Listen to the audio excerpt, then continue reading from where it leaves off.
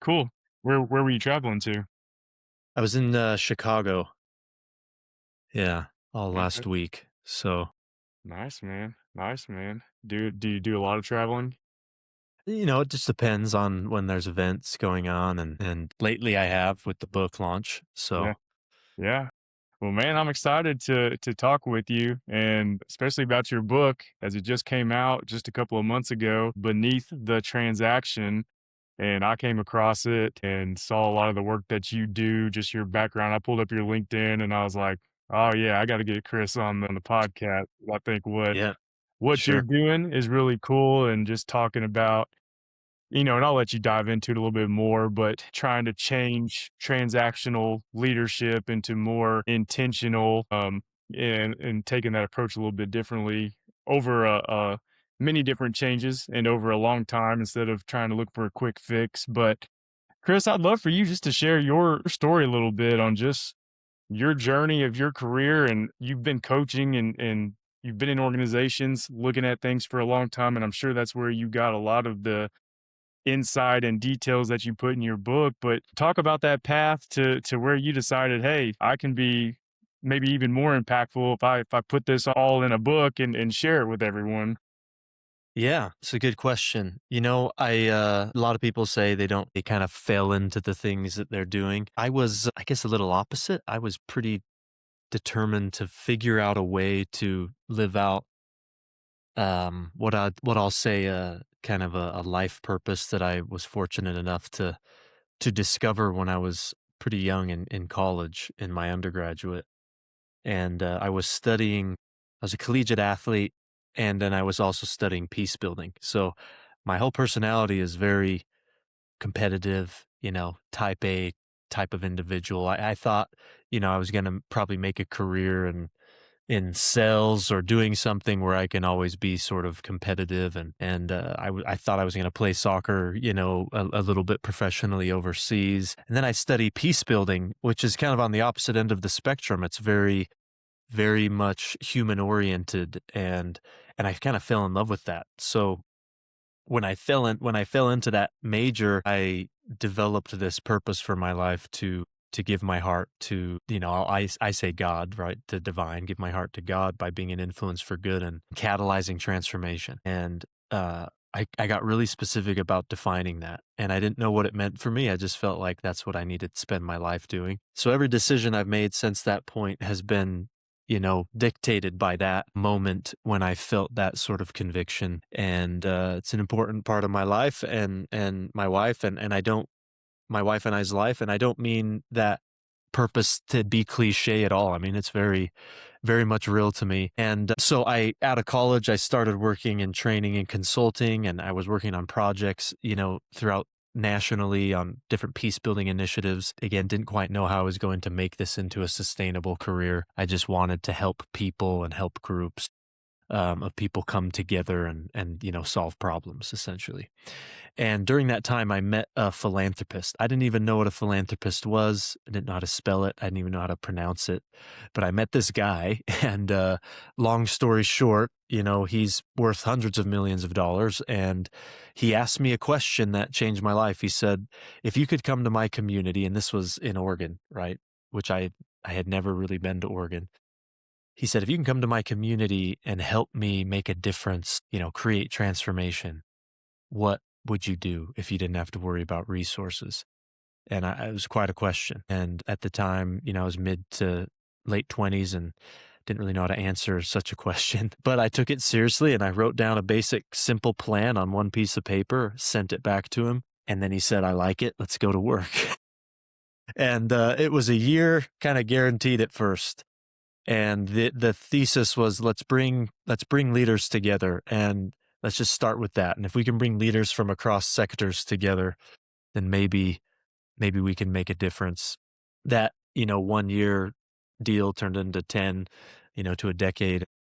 A lot of incredible work that's all in the book and discoveries working with leaders from all over and helping them go through transformation individually and their organizations and ultimately our community. So the book and a lot of formal research in there. Before I started actually working with him, I finished a master's degree in negotiation and conflict resolution from Creighton's Law School. And then while I was working with him, there were so many incredible things happening. This is one of the chapters in the book. It's called Push Record.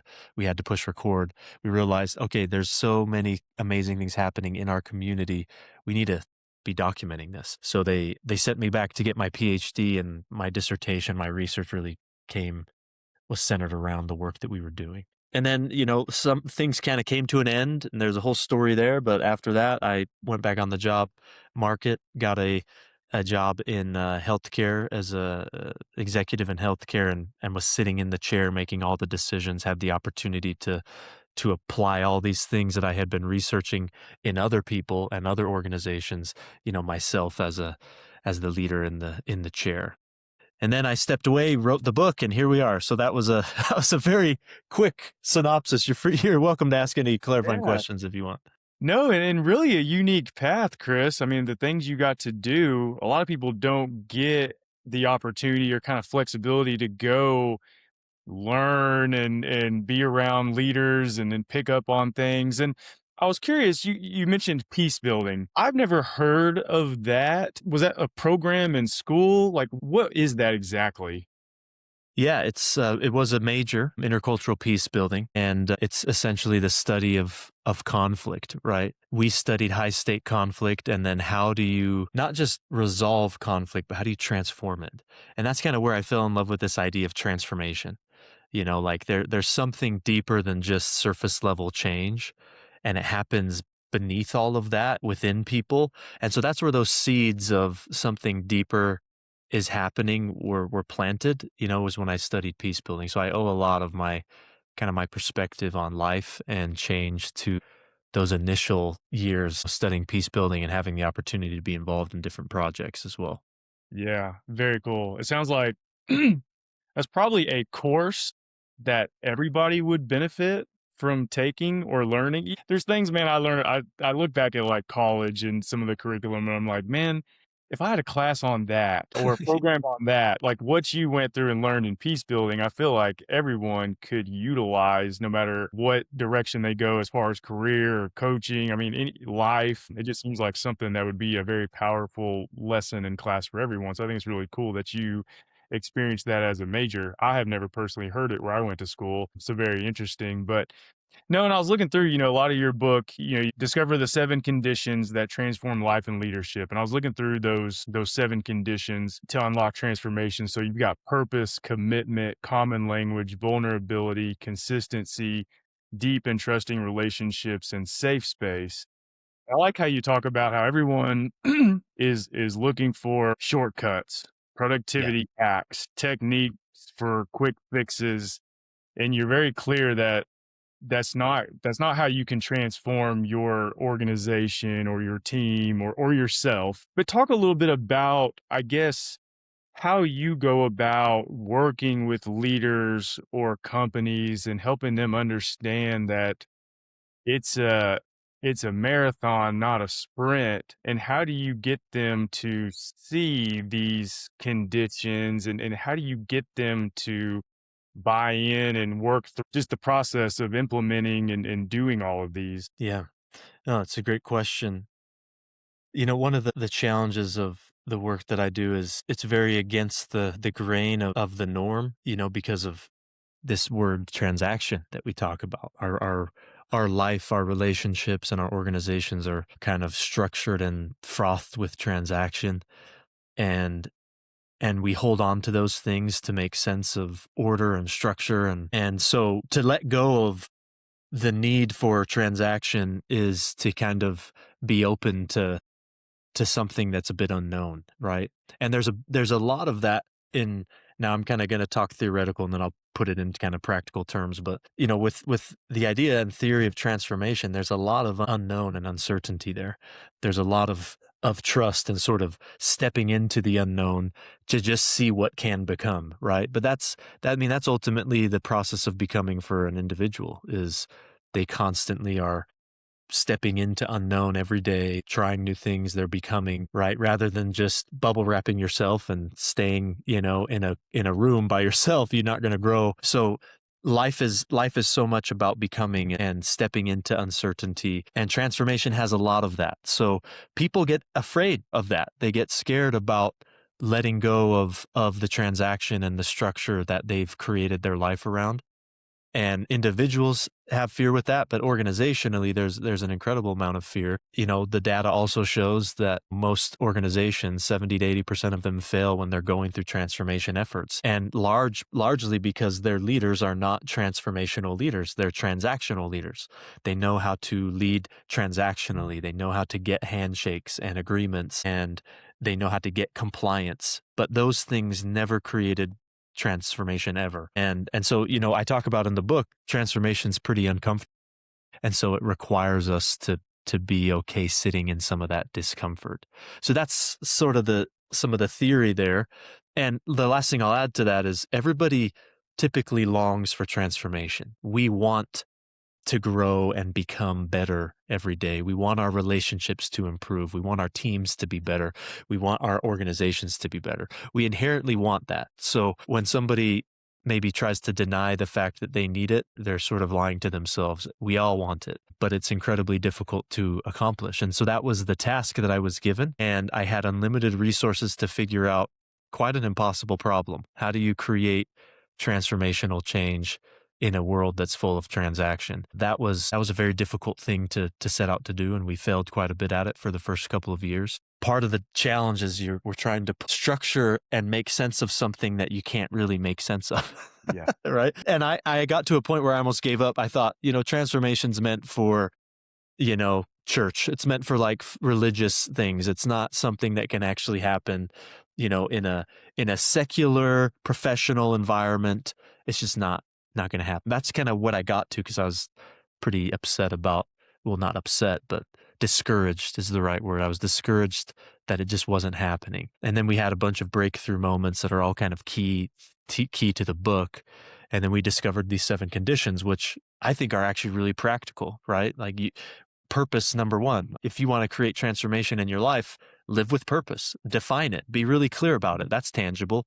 Write it down. Can you define it? Can I dictate it to somebody? Can I tell them what it means for me? Do I make decisions based on that? And then you put that in an organizational context. That's an organizational vision. And is it more than just writing on a wall or in an employee handbook? Are we talking about it often? Are we hiring based on that? Are we firing based on that? Are we celebrating and disciplining based on that? Are we making decisions based on that? And I found that most organizations are not doing those things. They've spent the time to define their vision, but they're not intentionally ingraining it into everything that they do. And so therefore, transformation, that's why a large percentage of organizations don't go through transformation, because they settle for the transaction. They settle for compliance and checking the box and going through the motions. And so that's just one example of vision, right? Are we really clear about vision and our purpose? Are we talking about it enough? Are we implementing it into our daily practices, our weekly practices, our monthly practices? And I found that a large majority of organizations and leaders, their answer to that question is no. They want it here. They think that sounds like a good idea, but then when push comes to shove, they just, they focus on the tangible things that they can touch and feel every day. Yeah.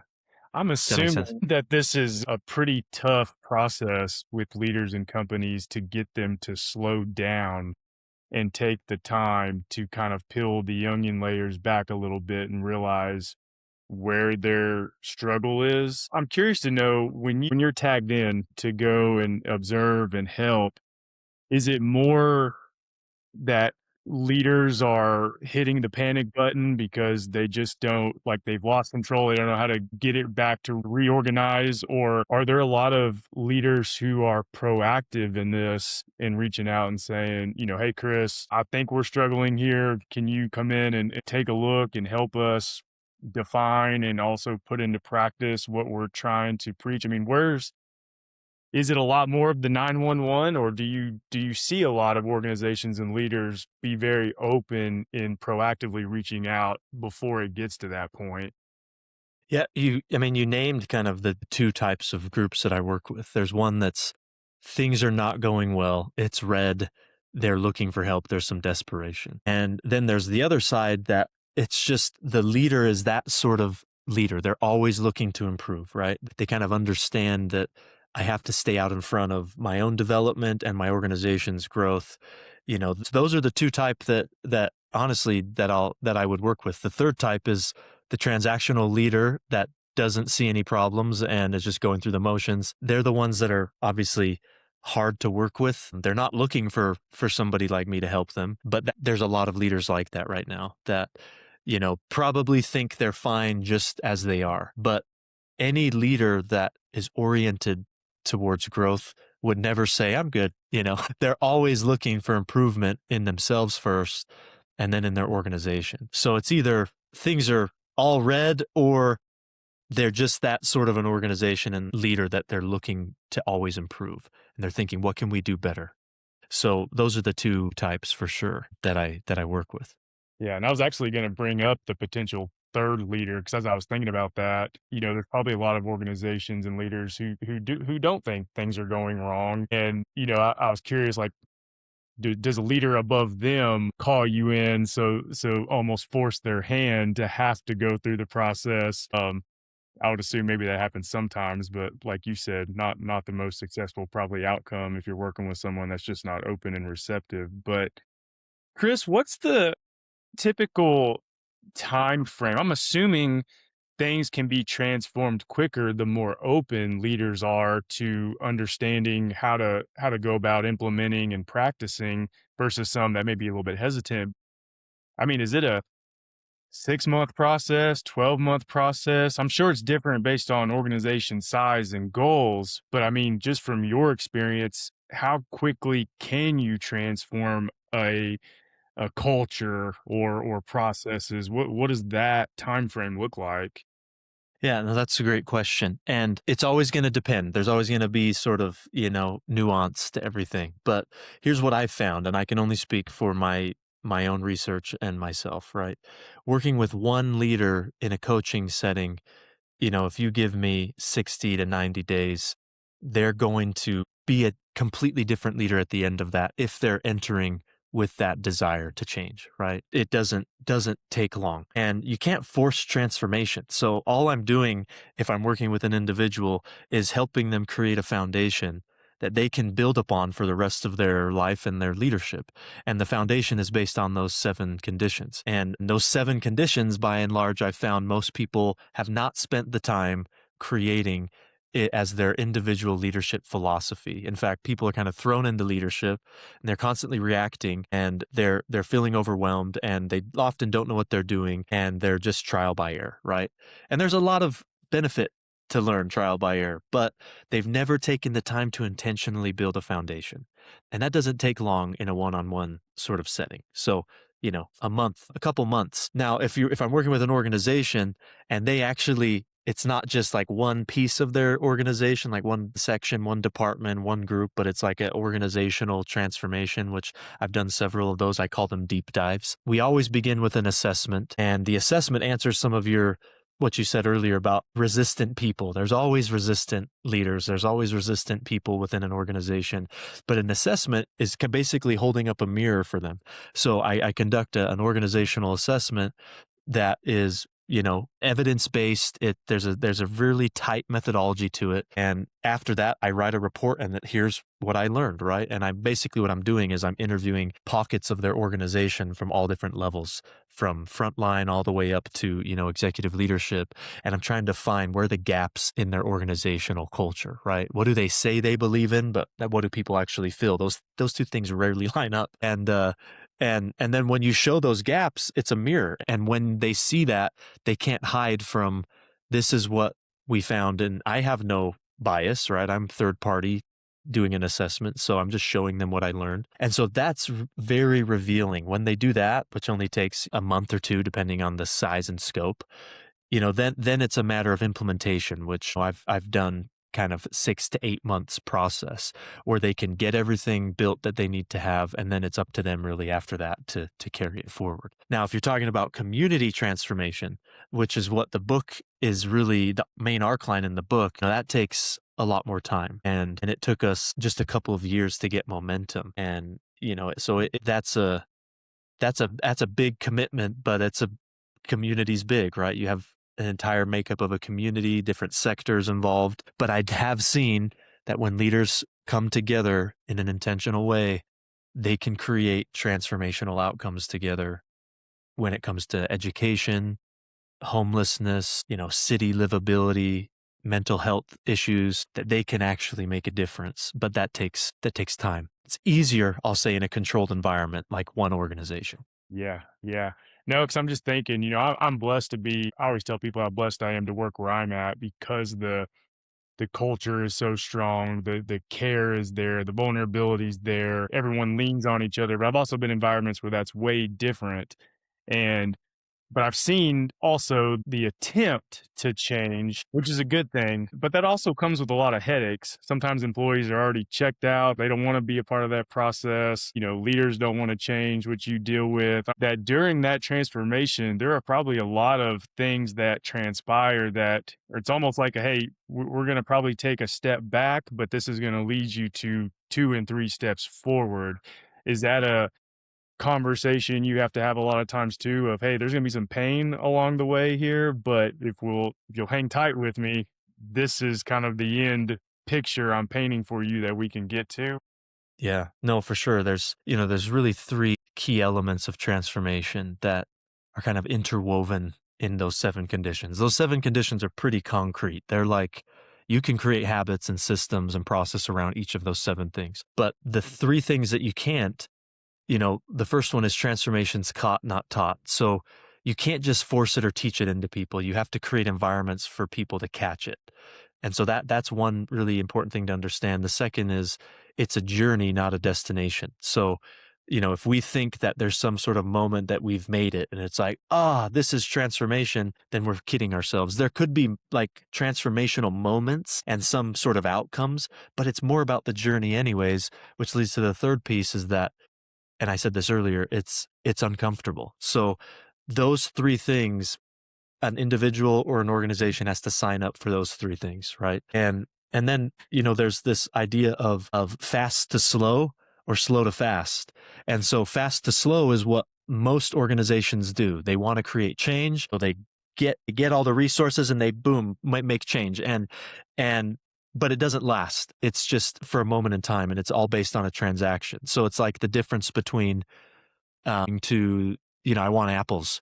So if I want apples, I'm going to go to the store and I'm going to buy a bag of apples and I'm going to have that transaction over and over and over again to anytime we need apples, we're just going to go and buy the apples and here we have apples versus the slow to fast way is I plant an apple tree and I help it root in and I nurture it and I grow it. And then obviously we have apples for, forever, so long as we continue to take care of that. And so when I talk with leaders about their organization and we learn from their assessment, that's very telling. And that's going to dictate our conversation. But oftentimes this isn't a quick fix, right? You can't just wave a magic wand and fix these things. And if that's what you want, then I'm probably not your guy, right? You can go hire another transactional consultant, but then in a year or two, you're going to be facing the same problem. So what the work that I want to help you do is create sustainable transformational change over time. And that means we're going to have to start slow. Doesn't mean everything stops and the entire operation needs to come to a halt. It just means we got to slow down enough to ask different questions and to have different conversations that we are not having right now.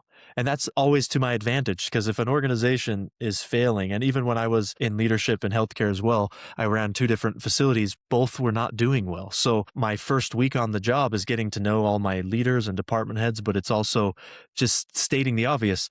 What we're currently doing isn't working. We're not hitting our numbers the way that we could. We're not accomplishing these KPIs and all of our outcomes that we're wanting to see. They're not happening the way that they could. So that means the only thing that we can do is go up from here. And so a lot of that early conversation is so important with an organization of where are we today and where do you want to be? Because if you keep doing the same thing, then you're not going to be here, which is why I'm here, right? Yeah. If you want things to be better, then we have to make some changes. And that means it's going to feel like we're slowing down a little bit to make these changes. But then, we're going to be able to play at a higher we're gonna be able to fly at a higher altitude, Yeah. essentially. I love your apple tree analogy because I'm thinking, I mean, your book's a best-selling book, and there's a reason to that. Obviously, it can help transformation with organizations, but I'm thinking of even guys, I'm thinking of myself, like trying to build something, can read your book and maybe see some things that you can change while you're building so that you don't get to a point where you have to do as much transformation. Maybe you can do that on the front end. And again, it's the power of books, a blueprint to help, cheat code so you don't make the same mistakes as maybe somebody else or another company. And so, um, Chris, I've really just got one more question for you. Again, your book can impact so many people on a personal and professional level. Before just a books for guys question and perspective, I'm always curious to know, what is a book or two that has meant a lot to you personally or professionally? And what's a book or two that you like to recommend to other people? Yeah, one of my all-time favorite books is Man's Search for Meaning, which Mm, you've probably read by Frankl. That book and his work and some of his other books that, came after that one have been very influential to me. Outside of kind of faith-based books, Bible and whatnot, that's probably been the most impactful book to me, uh, not just as a human being, but specifically, as a man. And a big part of the way I talk about purpose is suffering, and that's the whole premise of his work. Viktor Frankl's work on logotherapy is finding meaning through suffering. And I think life is about suffering. We suffer a lot. And then, to your audience specifically as a man, a lot of being a man and a husband, a father, provider, it's suffering in a lot of ways. And you have to be able to find meaning in those things. I'm going to give up my own desires of the flesh and the things that I want to do with my life specifically, and I'm just going to suffer for those that I love, and I'm going to find meaning not just in the connection to those people, but in the suffering itself. And so that book has been really transformative to me. Another book that I really love is, well, I'll talk about authors instead of books yeah, because yeah. the authors, I'll even mix up like what book did they say this and that. I don't always remember. But another author that I love is Soren Kierkegaard. I call him kind of the father of Christian psychology. He wasn't known as that when he was alive, but looking back on his work, that's definitely a category he falls in. Martin Buber's work as well has been very impactful to me. I Thou is his main book, Martin Buber's book on I Thou. So I also love Carl Jung, and so those are some of the authors I guess that have really influenced me. But I don't I like those sort of books, man. Those are all books you have to read the page multiple times. So they're not easy reads. So I will say that if you like easy reads that just you read a page and then everything makes sense, then these books are not for you. You have to mark these suckers up and read them over and over. And I actually write that way too. So I had to really tone it down. And my wife and some other mentors were like, you got to write your book for a larger audience. So my first few drafts were very theoretical and very like deep. And I had to kind of really scale back and just write to human instead of just trying to wrestle with all these thoughts that are hard to understand. So, but those are some of my favorite books and or sorry, authors. Yeah. No, I'm not surprised by the books you mentioned just because of your personality and style and deep thinking, intensity. I figured you were probably gonna go that route with your book recommendations, and those are all impactful for sure. And again, I know your book is having an impact on many people and will have even more of an impact as time goes on. So super excited to spotlight it and be a part of promoting it and putting that message out there for you, Chris. But man, this has been such an impactful we keep using that word impact, such an impactful conversation that I think a lot of leaders and people who follow this specific podcast and platform, I think is going to get a lot of value out of. And I hope it leads them to reading your book as well. But Chris, man, this has been great. I really appreciate it. No, thank you for having me and thanks for the great questions. They were very thought provoking and I ramble, man. No, I loved it, man. It was perfect. Appreciate it, Chris. Yeah, thank you.